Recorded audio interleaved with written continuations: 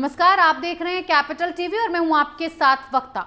खबरों की खबर में आपका स्वागत है। खबरों की खबर में आज बात होगी शिक्षा, परीक्षा, सवाल और बवाल की। जी हां, एक बार फिर सीबीएसई ने एक बड़ी गलती कर दी, जिसके बाद बवाल मचा तो माफी मांगनी पड़ी। दरअसल 1 दिसंबर से सीबीएसई के 12वीं की परीक्षा शुरू हुई और परीक्षा के पहले दिन ही बवाल हो गया। परीक्षा के पहले दिन समाजशास्त्र का पेपर था। इस प्रश्न पत्र में एक ऐसा सवाल पूछा गया कि विवाद मच गया।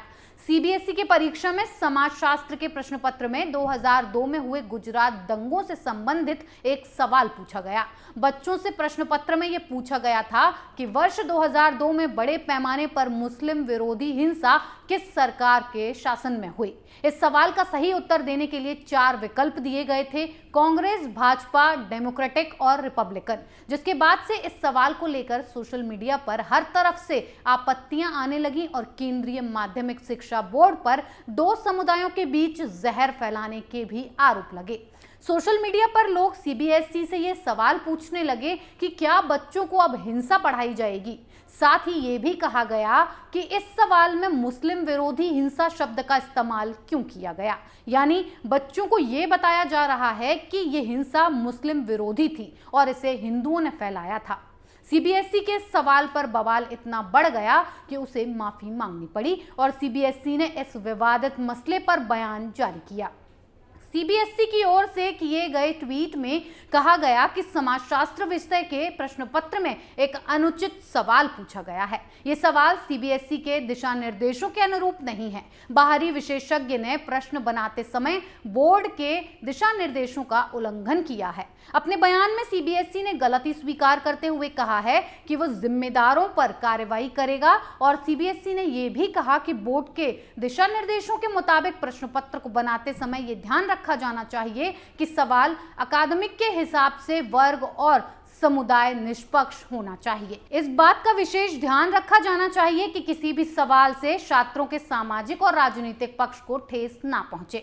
दरअसल गुजरात राज्य में 2002 में दंगे हुए थे।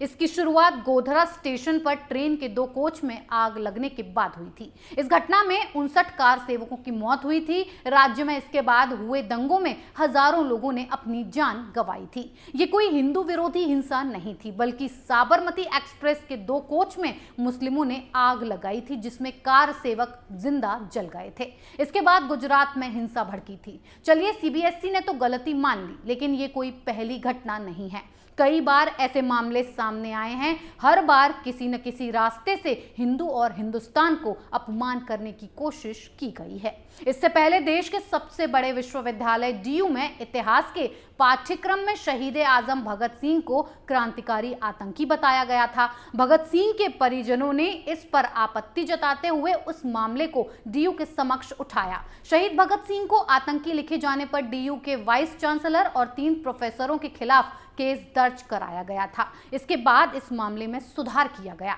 आपको ये भी बता देते हैं कि इतिहासकार बिपिन चंद्रा और मृदुला मुखर्जी द्वारा स्वतंत्रता के लिए भारत का संघर्ष शीर्षक से लिखी इस पुस्तक में भगत सिंह, चंद्रशेखर आजाद, सूर्य सेन और अन्य को क्रांतिकारी आतंकवादी बताया गया है।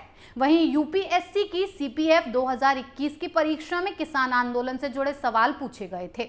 इसके अलावा हरियाणा चयन आयोग की परीक्षा में भी राजनीति से जुड़े अनावश्यक प्रश्न पूछे गए। सवाल यह है कि आखिर ऐसी गलती बार बार होती क्यों है। कहीं बच्चों को हिंसा के बारे में पढ़ाया जा रहा है, तो कहीं शहीदों को आतंकी बताया जा रहा है।